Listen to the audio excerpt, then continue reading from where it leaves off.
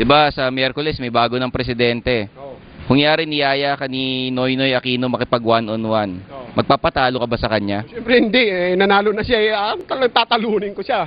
Sa magaling siya sa politika, sa basketball naman siguro, ewan ko lang, ma-playground to tayo nun. Mapilayan mo siya. Wag, hindi, wag naman. Tama lang yung medyo may pasa.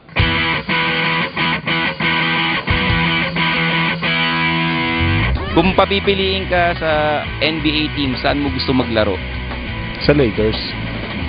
Sa Lakers. Sa Lakers. Oo. Naghanap sila ng mga player ngayon kasi nag-NBA draft. So kung ikaw ngayon, pinapanood to ni Phil Jackson tsaka ni Jerry Bass, anong sasabihin mo para ikaw ang kunin nila? Hey, I'm here in the Philippines. Hello. Okay. Pwede mo bang sabihin kay team manager Buddy na baka pwede kayong pa-sideline eh? Boss, baka pwedeng pa-sideline dyan pag sa lupa. Kahit ano lang, porsyentuhan lang kami. Okay. Kung kukunin ka ng Boston Celtics tapos inoferan ka ng kontrata ng Santa Lucia, anong tatanggapin mo? Siyempre Santa Lucia pa rin kasi dito tayo sa Pilipinas eh. Tinriple yung sweldo mo, saan mo pipiliin mo? Dito pa rin kasi dito yung pamilya ko eh. Kasama yung pamilya mo.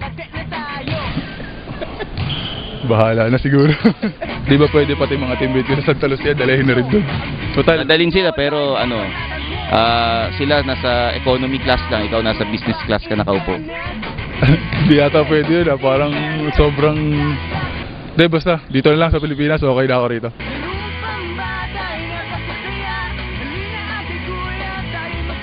Para sa'yo, sinong pinakamatinik sa chick sa lahat ng mga PBA player?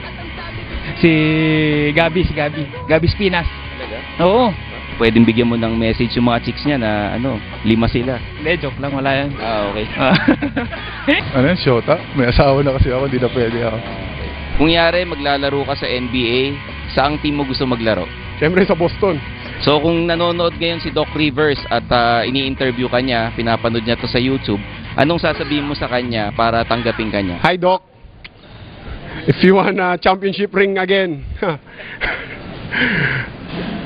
log on www.santaluciarealtors.com. Find me. I will find you. Sino ang gusto mong makalarong import mula sa NBA dito sa Santa Lucia?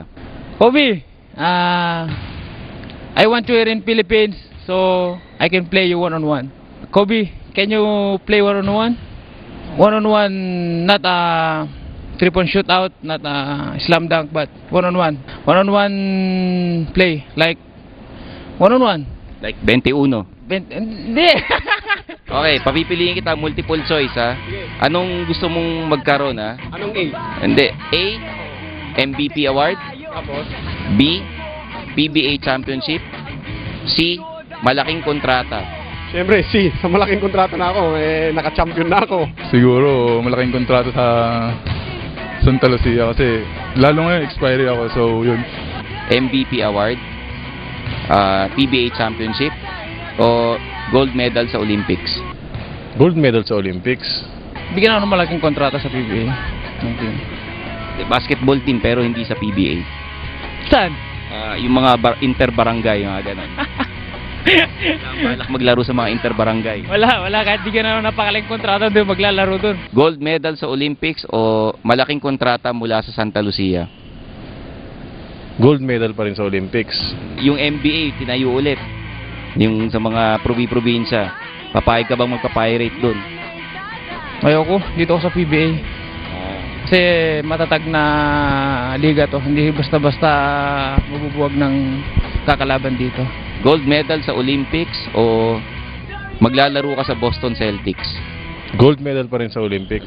Oo. Gold medal sa Olympics pero sa team ng Iraq. Yung malaking kontrata na lang, sige. Ayaw mo maglaro para sa Iraq? Ayaw. Frontista ako, and you're watching Frontista.